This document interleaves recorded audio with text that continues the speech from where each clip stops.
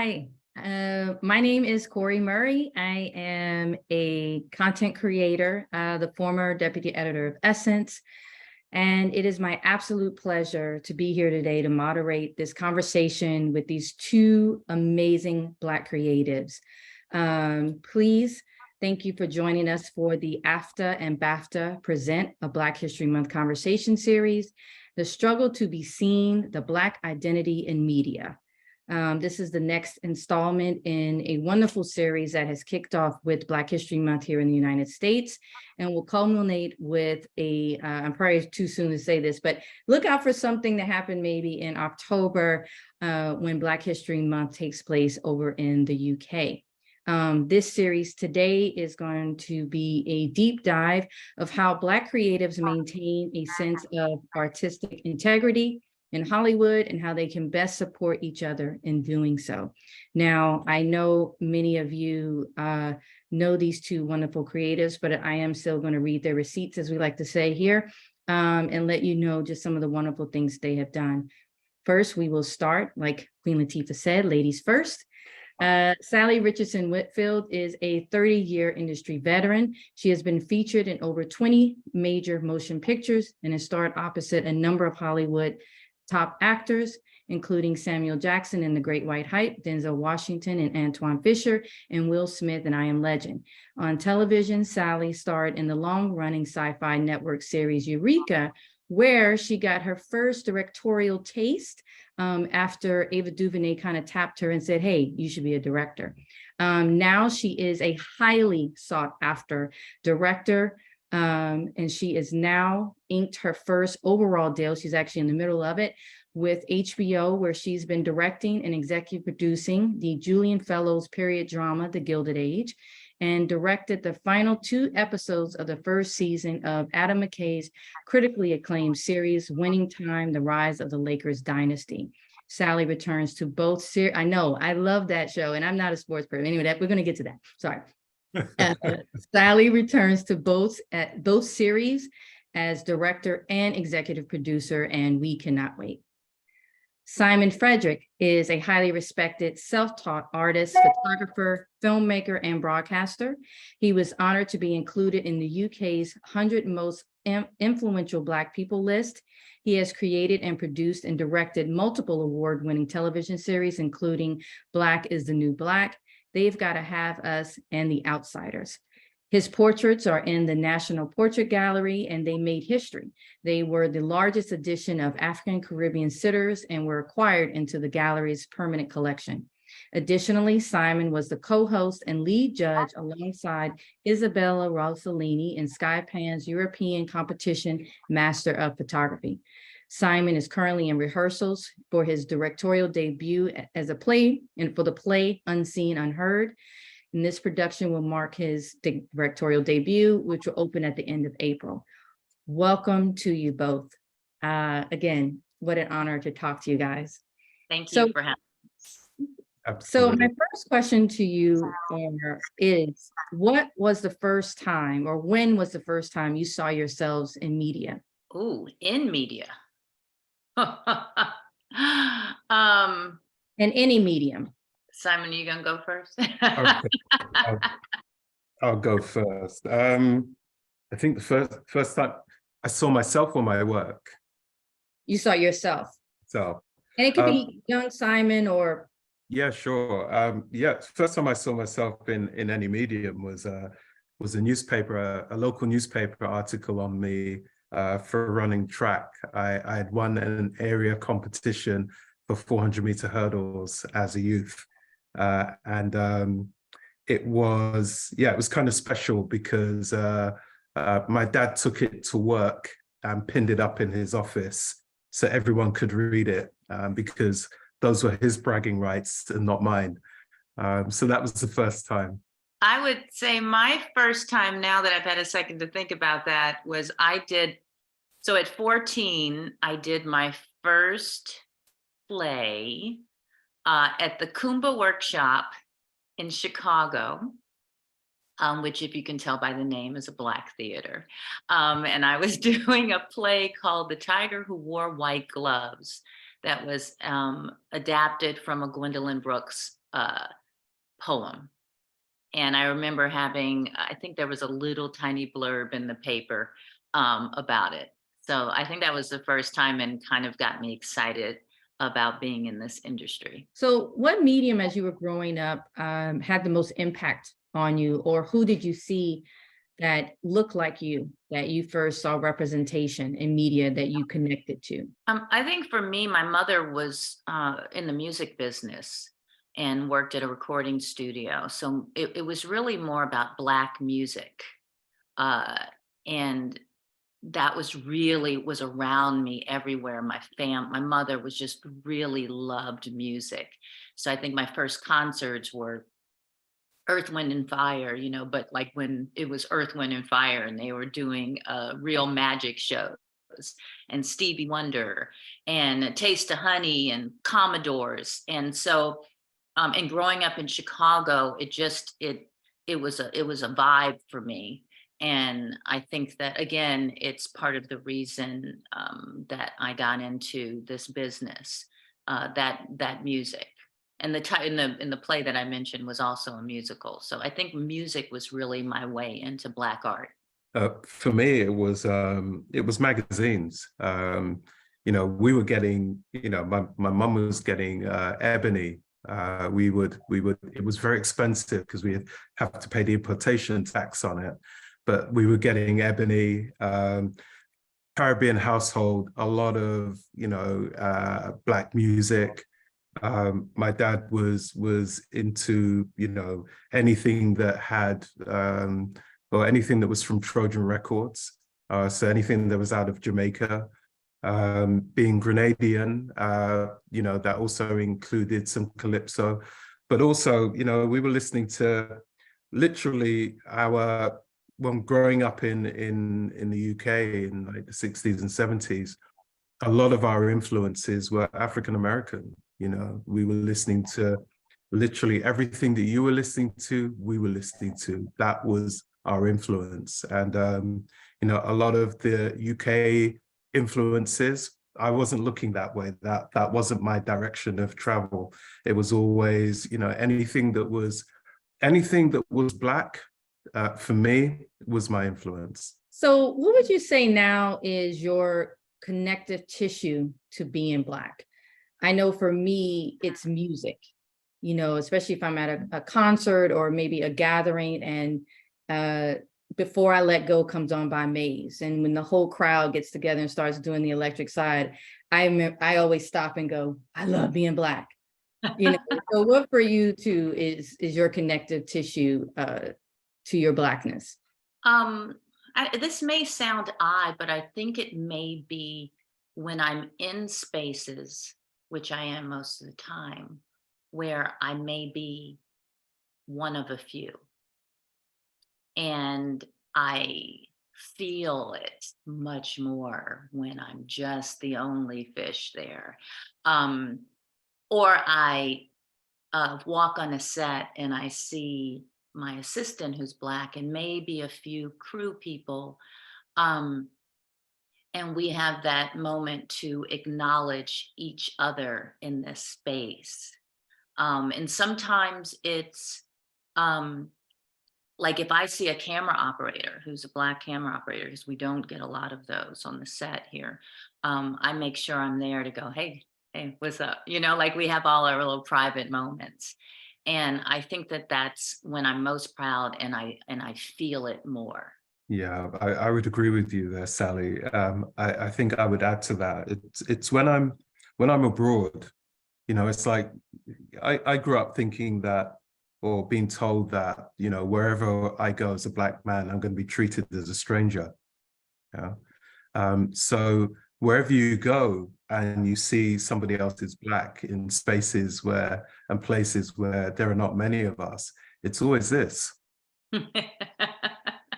And the nod, that note of recognition. I see you, I'm here, we're together, and there's always the touch of the heart, For me, that's the biggest thing, you know, wherever I am, to have that acknowledgement, and to give that acknowledgement to other brothers and sisters when we see each other. And what about those moments have you ever had where you try to acknowledge someone, they don't give it back to you, and then you're like, what's up? Yeah, you're like, what's wrong with this brother? And then you make your own your generalization. Well, he's lost. Yes. He's in right. You know, it comes down to there's a lot. Yeah, there's a lot of conversation at the moment about the word woke. Yeah, Right. And how, you know, it's like, as I was saying to my white colleagues the other day, how you guys have taken the word and completely given it a stupid meaning. So stop using it. Yeah. But when, you know, to go back to your comment about what happens when you see someone, you give them the nod, and they you know, they just look straight through you or look past you. Yeah, I just look at them and think, you know, you ain't woke. Yeah. I'm gonna leave you where you are. Yeah, you've made a choice, and enjoy the other side. But You're what I've noticed is sometimes Black folks are afraid to make that connection, and they want to be the only one, you know? And it's almost, I don't know if you've experienced that, but it's, I see sometimes other people of color on the set afraid to group up with me, as if it's going to mean something different to, you know, the other people around us. And I'm not living in that. And I just think it's important for us all to find each other, and to you know, that strength together.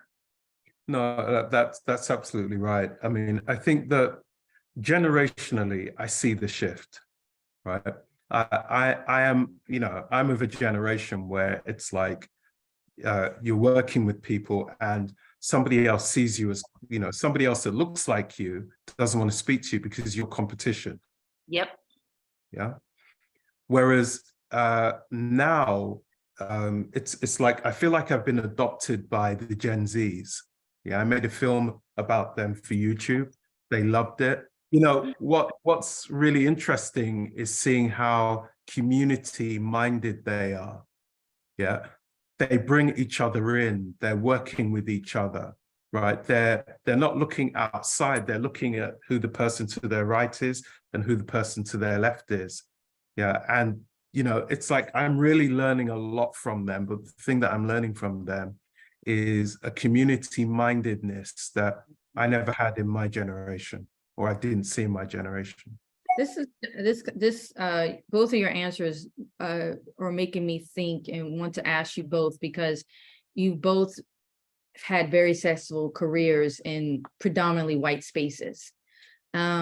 Did you find when you were entering them that you had to code switch, even as you made transitions, you know, Sally from actor to director, you know, Simon, as you changed your professions, whether photographer, director, did you find that you had to code switch, and did you? I think that it's not, I mean, for me, it's just a natural thing that I do.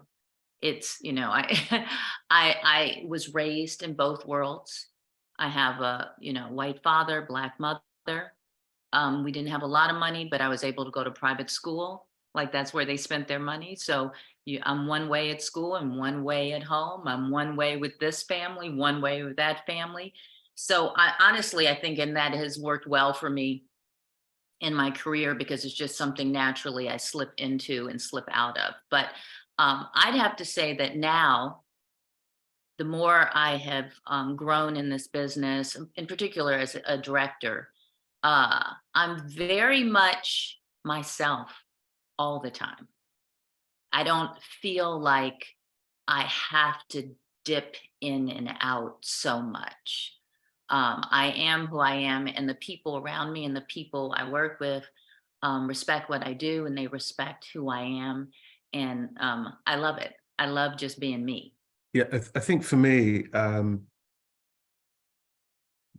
early on running track, you know, I had a little bit of success with that. And that teaches you, you know, you're in a predominantly white world, but you learn that winning gives you a position and a platform. And once you've won, there is I mean it's not, you know, it's not the perfect platform, because winning does not allow you to speak about things which affect you as a Black person.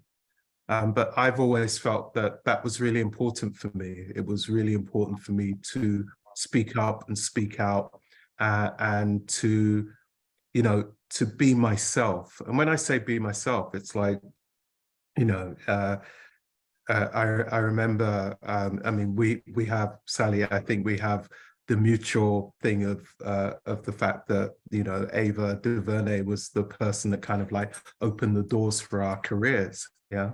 And I remember, you know, certain things that Ava had said to me, which really cemented in my mind that being myself was really important, because there's somebody out there looking at you, looking at your success and wondering what's the roadmap for me? Yeah, how can I be myself? How can I be my authentic self? And one of the things very quickly that I kind of did, or what I do even to this day, is I don't play the game. I don't play the game in terms of I don't walk into the room and you know, if you look at me as a Black man, you're thinking that I'm a minority. You know, I don't see myself as a minority. I see myself as part of the majority. I just happen to be Black. Because I am Black, it means that my terms of reference will always come from my Blackness, because that's how I see the world. And for me, it's really important that we move away from conversations which are really about the, you know, the nonsense and nonsensical kind of ethos that there is only, you know, that there is a predominant culture, and that predominant culture is the only culture that can tell their stories in one way. You know, as human beings who are all different, that's just stupidity. So for me, it's really been about trying to ensure that as a Black man, I can tell my stories from my perspective. And from that perspective, I'm not saying that I'm telling stories from a Black perspective, which only are interesting to Black people. What I'm saying is that they're human, that they come from, you know, the connective tissue that connects all of us as human beings. How do you as Black creatives maintain a sense of artistic integrity in this industry, and how can you and others best support each other in doing so? Well, again, I find myself a lot of the times the only one in the room. And I think that means it, you know, it's really required of me to speak up when I see something being done that I feel is wrong or offensive, or just not thought through enough, because it maybe isn't a Black writer who's writing it. Um, and like going back to from doing Gilded Age, which people love so much. There are some sequences in there that if I had not been there to oversee them, they would have been, you know, it's not that other directors can't direct it, but there's some nuances that are in those scenes that uh, only as a maybe only as a Black woman I would notice, you know, that this has to be like this. No, this would, you know, no, let's bring, oh, you don't have a role for the housekeeper in there. Let me bring her in. Housekeepers in a black housekeeper with a Black family is a little more familiar than they would be in a white family. She might feel like she, you know, she can have a little more conversation in there, and you wouldn't necessarily know that. So I just think that it's our responsibility to color it the way it would be. And also, you know, sometimes I see dialogue and you go, ding, ding, ding, guys. I wouldn't say that. That makes me feel some kind of way. And it's going to make other people feel that kind of way. And to have that conversation, because they don't see it. And a lot of times I don't think that um, it's not necessarily racist of people, what people are writing. They just don't You hear it. don't. I'm going to hear it. And Yeah. once you bring it up, they are more than willing to go, oh, absolutely. Just a simple scene. I was on Winning Time. One of the characters was calling some other Black characters, what boy, and it was in a game, and I was like, yeah, he shouldn't call them boy. I know that's not what it's meant, but not necessary, and take it out. Okay, just no questions. And I think that even though those are very small things, we need to be in the room to be able to go, mm-mm, that's not happening here. Yeah, I mean, it's interesting because when I made They've Got to Have Us, um, you know, I'll say this now, disclaimer, because there are a couple of people who think that They've Got to Have Us is the history of Black cinema. It is not. I did not make it as the history of Black cinema. I made it as the stories of Black artists in the art form of cinema and allowing them to tell their stories. And then we had intersecting stories in there. But what was really interesting about that was I originally made that for the BBC. And in the making of that, I would get notes back where literally it was like turbulence in my body. Like, I'm not doing that. Yeah, I am literally, what this note is nonsense. Yeah. So I remember there was a note about it was that we had cut a sequence about Spike Lee, and it was school days. And basically, I was told to remove all the references of historic Black universities because we don't have them in England. So take that out because the audience won't understand it. So I asked the question, who's the audience? Yeah. And I didn't get an answer. So I said I wasn't going to take it out. I was going to leave it in. There was another sequence as well where I had interviewed an actor called Earl Cameron. When I interviewed Earl was 103 years of age.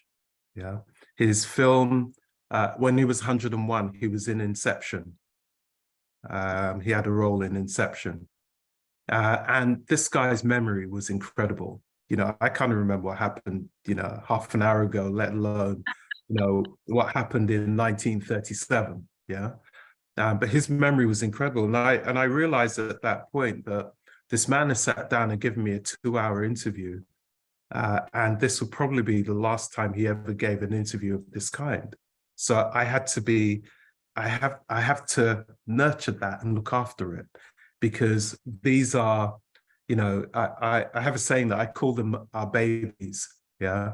So with the babies, you have to look around the room and say, okay, who can I hand my baby over to?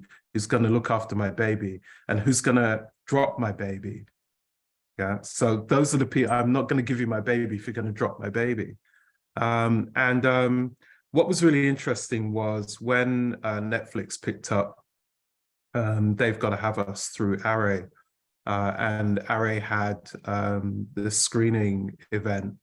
I think it was about 3,000 people turned up that night for that screening, and seeing that everything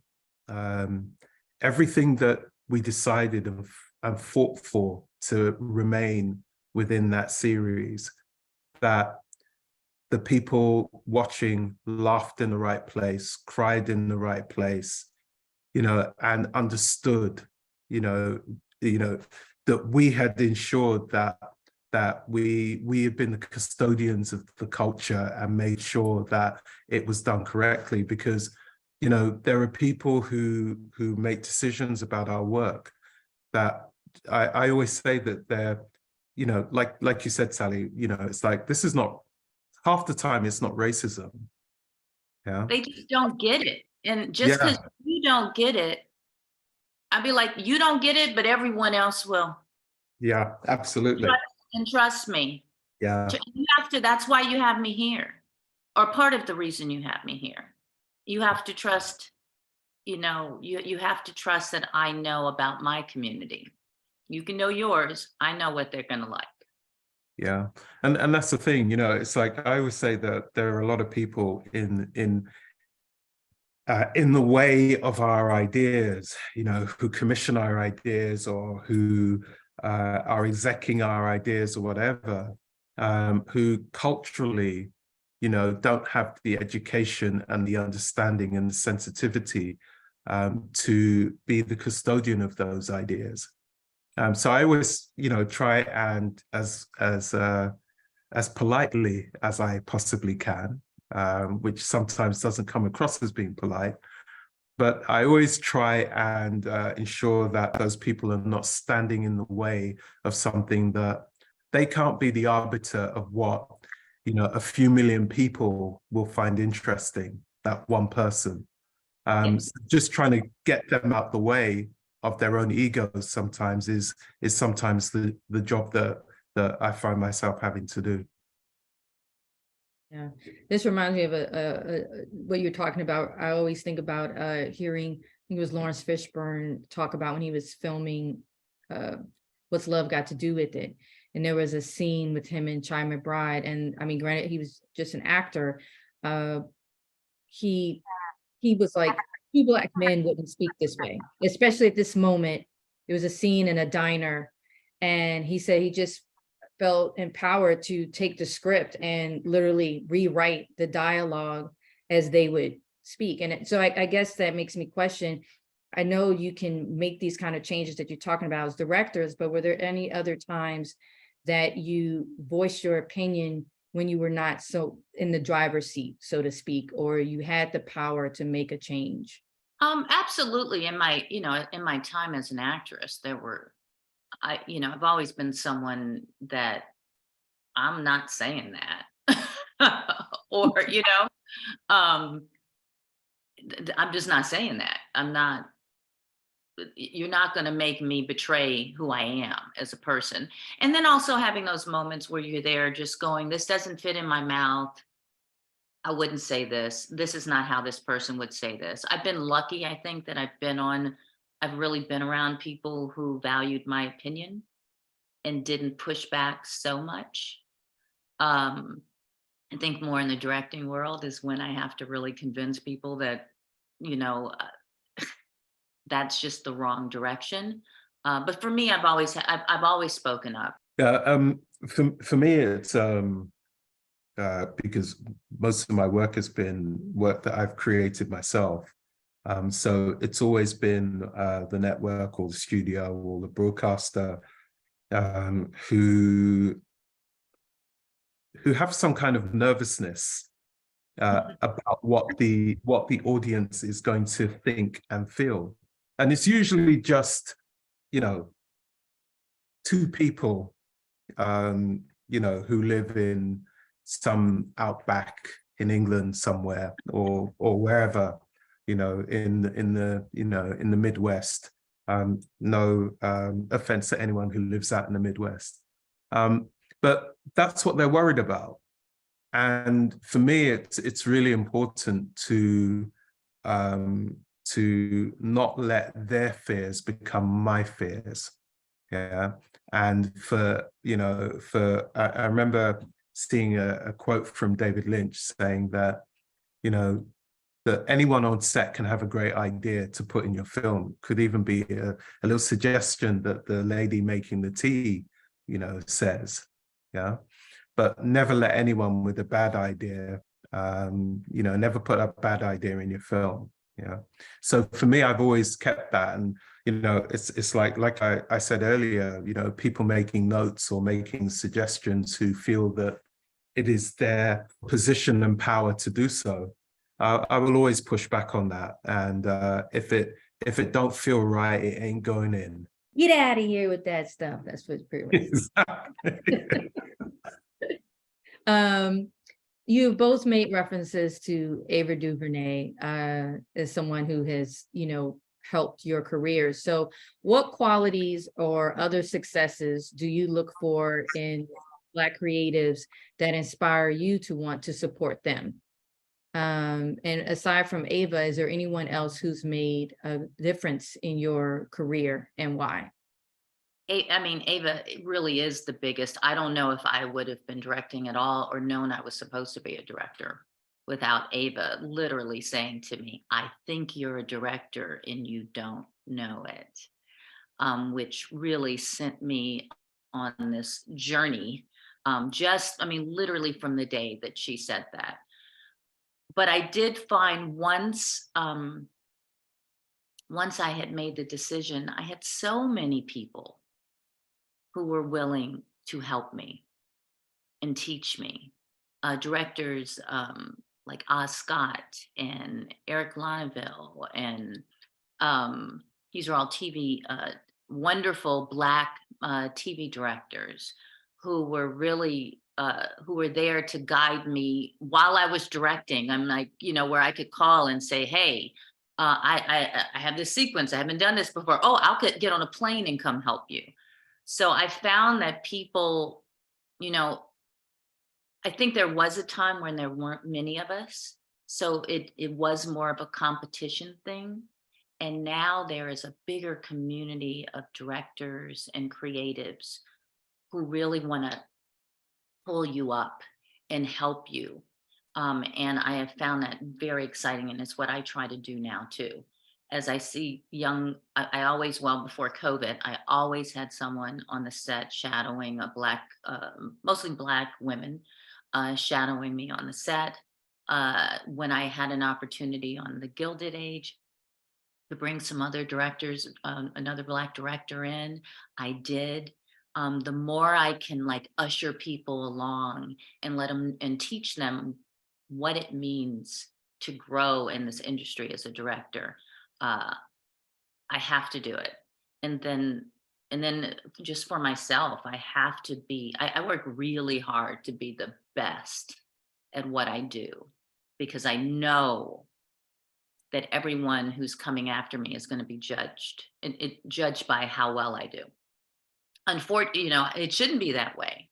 Yeah. But I know that most of the time the people I'm working with, it may be the only time they've had someone Black direct them. Maybe definitely a Black woman.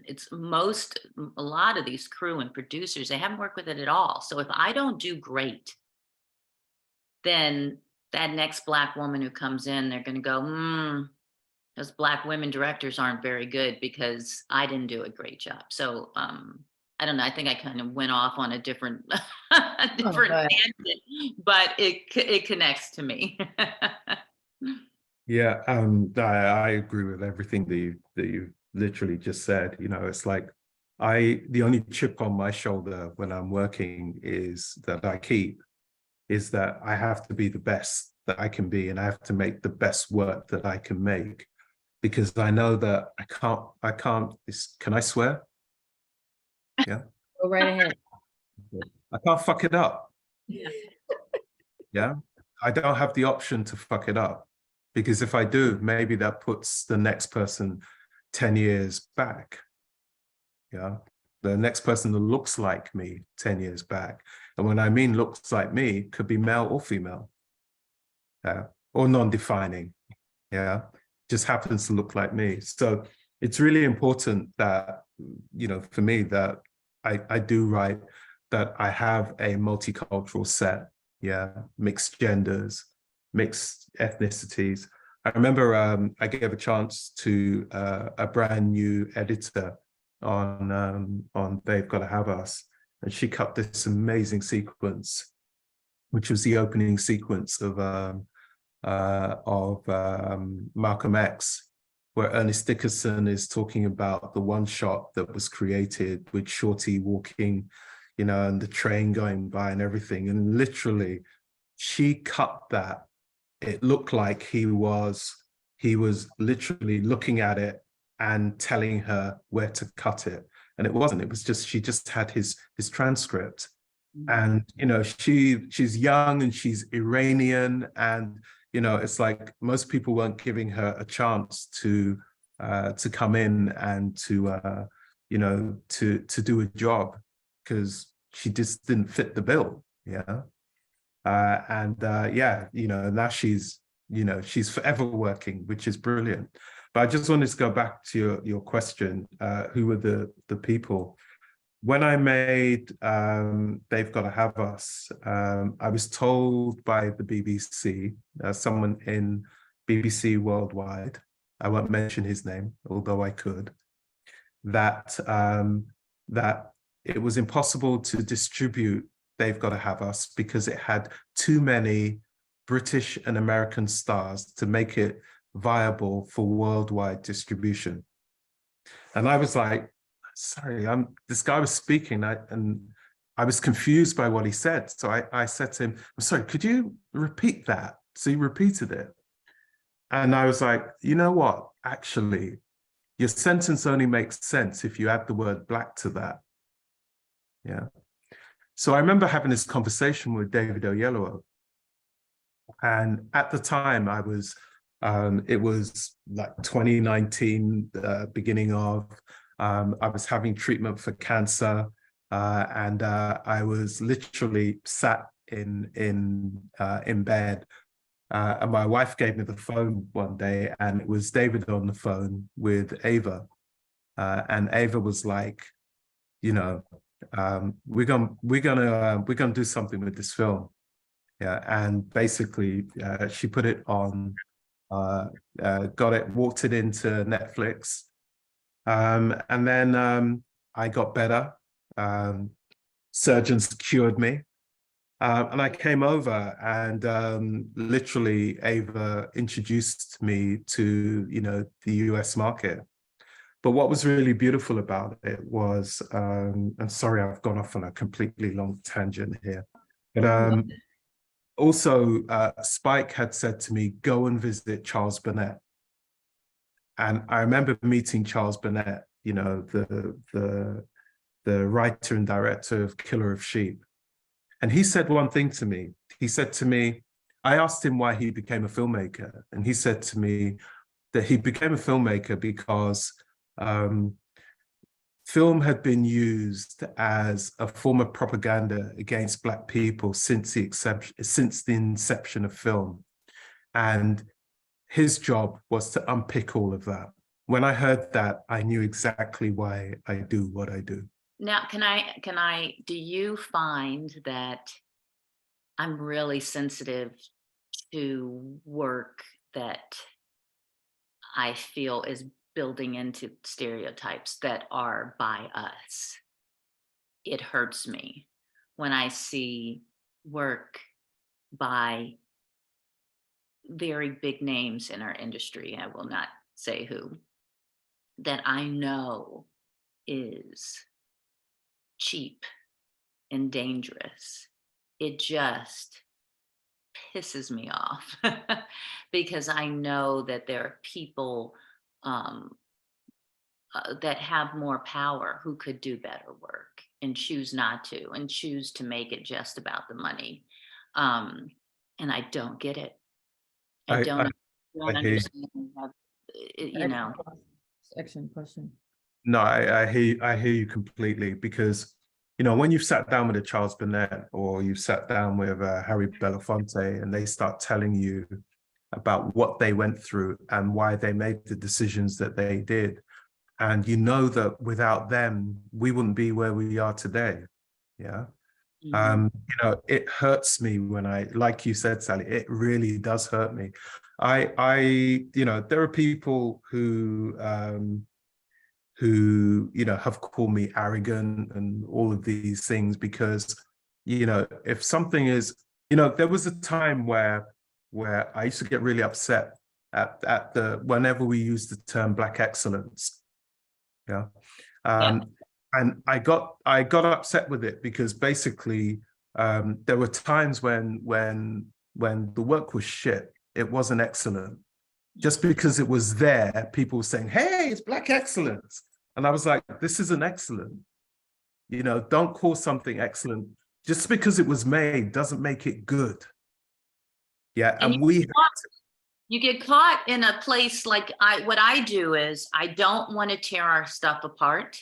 So I will, if I think a TV show or a film is shit, I just say nothing.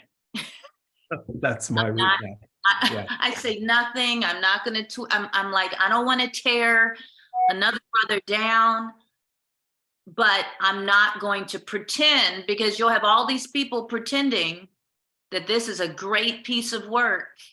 And I'm like, it is not. So I'm just going to stay out of it.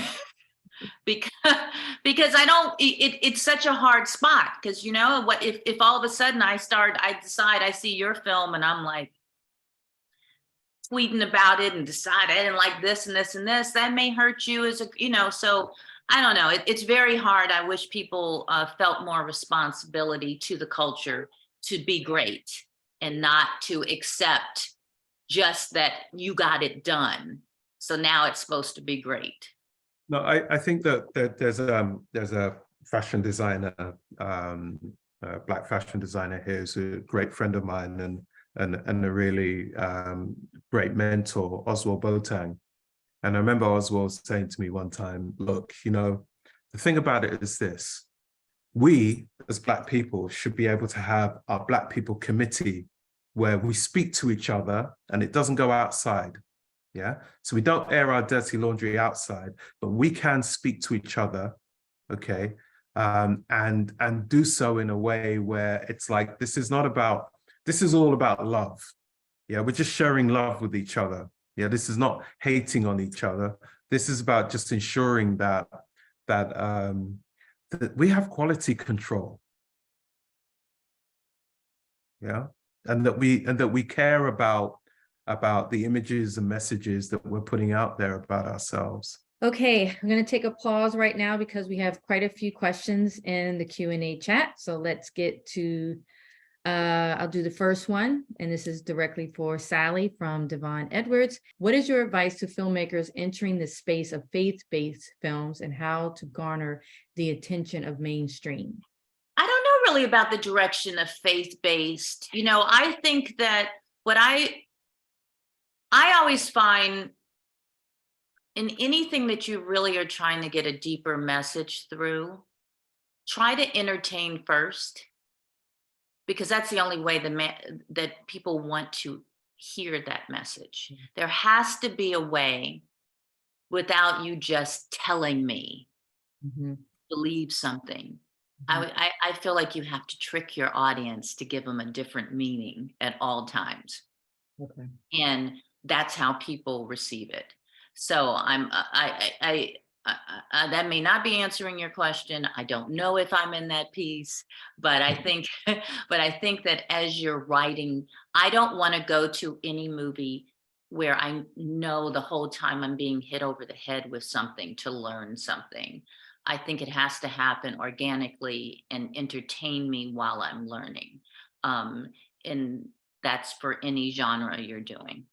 I don't think that answered the question, but that's what I'm going to have to say about that one. I liked it because it is like entertain first, you know. Yeah. Aisha Muhammad asks, what advice would you, this is to both, what advice would you give to new Black creatives trying to make a name for themselves in this business on how to speak up for yourself without being typecast the angry Black person? Well, you're always going to be typecast as the angry Black person. So, you know, you just got to realize that that's always going to be the case. I think that the thing is that is to actually be able to change people's minds and change people's perceptions. Even if they're not changing their perceptions of you, is to get them to change their perception of the idea.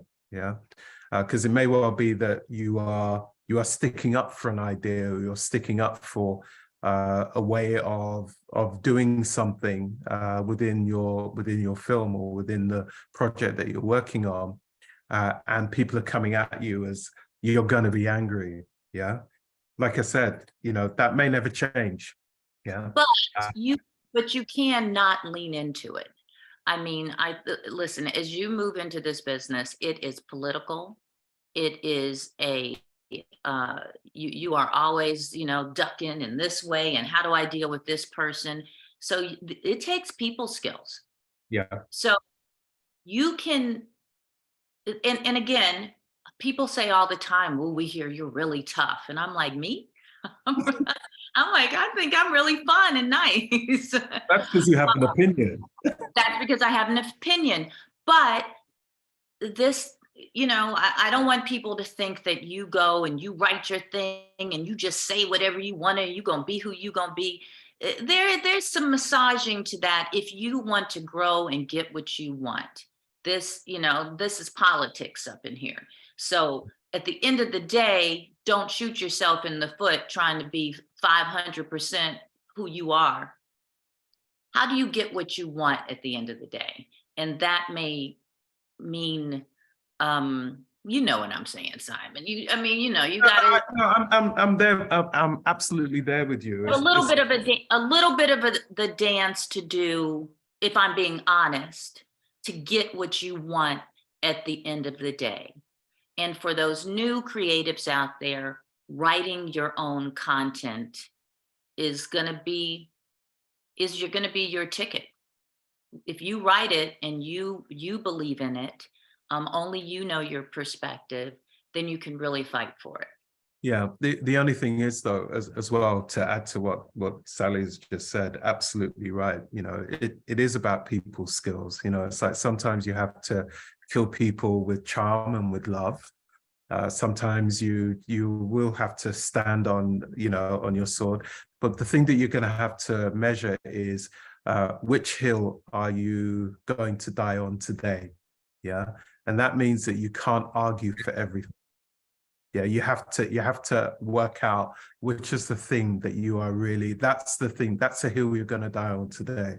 Yeah, and it doesn't mean the first thing that comes up in that day is the thing that you're going to argue on, because it's like you can't use up all your credits all at the same time. And guess what? Sometimes people's opinion, as much as brilliant as we think we are, is right. You have to figure out when when to be collaborative and when someone has a better idea. And it's not all about race. It's not all about them not understanding. They just don't, that just is not, I just don't understand that. So if I don't understand it, someone else isn't going to understand it. How do we figure it out? How do we make it understandable for everyone? So you have to know what you're really fighting for, and know that as you grow in this business and your projects get bigger, you cannot do it alone. It really becomes even more collaborative because the machine is bigger and bigger, and you have to get those people around you that you can trust, because you cannot do it by yourself. Yeah. I mean, it's like, no, go ahead. Yeah, sorry, I'm directing a play at the moment, and directing a play is very different from directing TV or film. It's like all the department heads, they have a say on what goes in the script, and it's very collaborative. So it's like, for me, it's been a really interesting muscle to learn. That we are not in control of every aspect of this particular production. I was just going to say this is making me think, when you watch a film and or a television show and you sit through the credits and all those people, and it's like they all have probably had some sort of say or input or something that they've it's a huge amount of people you have to collaborate with. So that's a great question. I would be remiss without asking you both this question, because here we are, AAFCA partnering with BAFTA.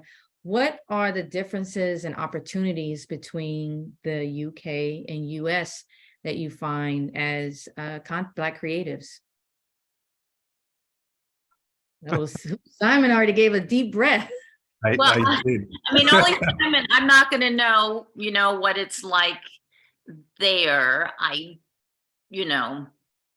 think it's opening up for us in the States. And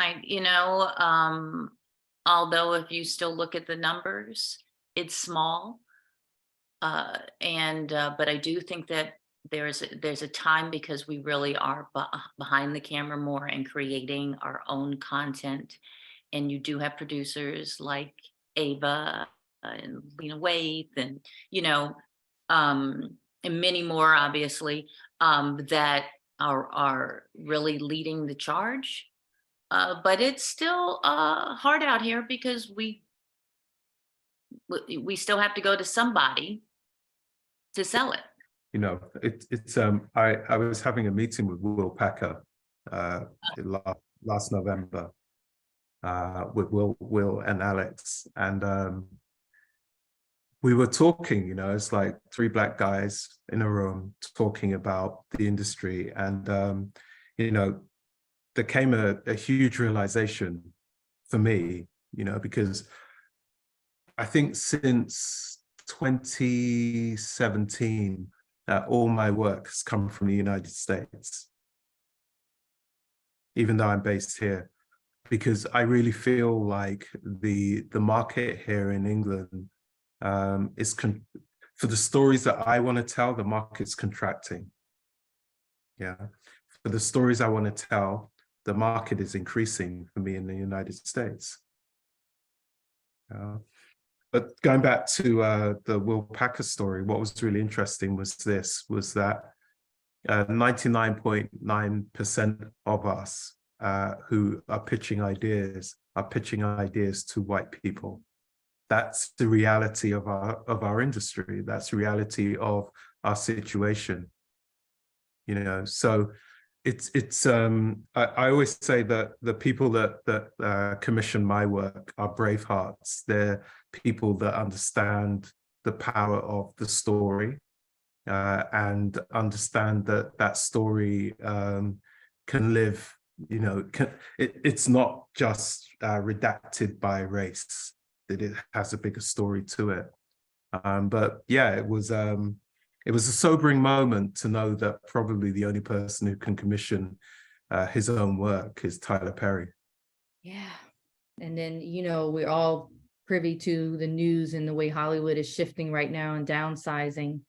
It's getting seemingly harder and harder. But when the great work is there, it's there, and we'll get through.